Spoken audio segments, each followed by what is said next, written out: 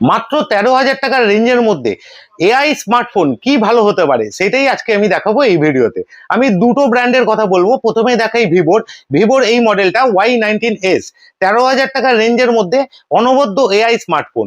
এর মধ্যে আছে দেখতে পাচ্ছেন dual set up camera with flash, এবং দুটো কালারে এই ফোনটা পাওয়া যায়। অসাধারণ লুকস এবং খুব স্লিম ফোন। এছাড়াও 6000 mAh এর ব্যাটারি এর মধ্যে আছে, আর ডুয়েল সেট আপ ক্যামেরার মধ্যে 13.2 ক্যামেরার মেগাপিক্সেল। অসাধারণ ছবির আউটপুট দেবে। ভিডিও ফটোগ্রাফির জন্য দারুণ হতে পারে এই ফোনটার চয়েস। এবার দেখাবো 13,000 টাকার রেঞ্জের মধ্যেই এআই স্মার্টফোন ওপো ব্র্যান্ডের। হ্যাঁ, এই মডেলটা ওপো A6X 5G।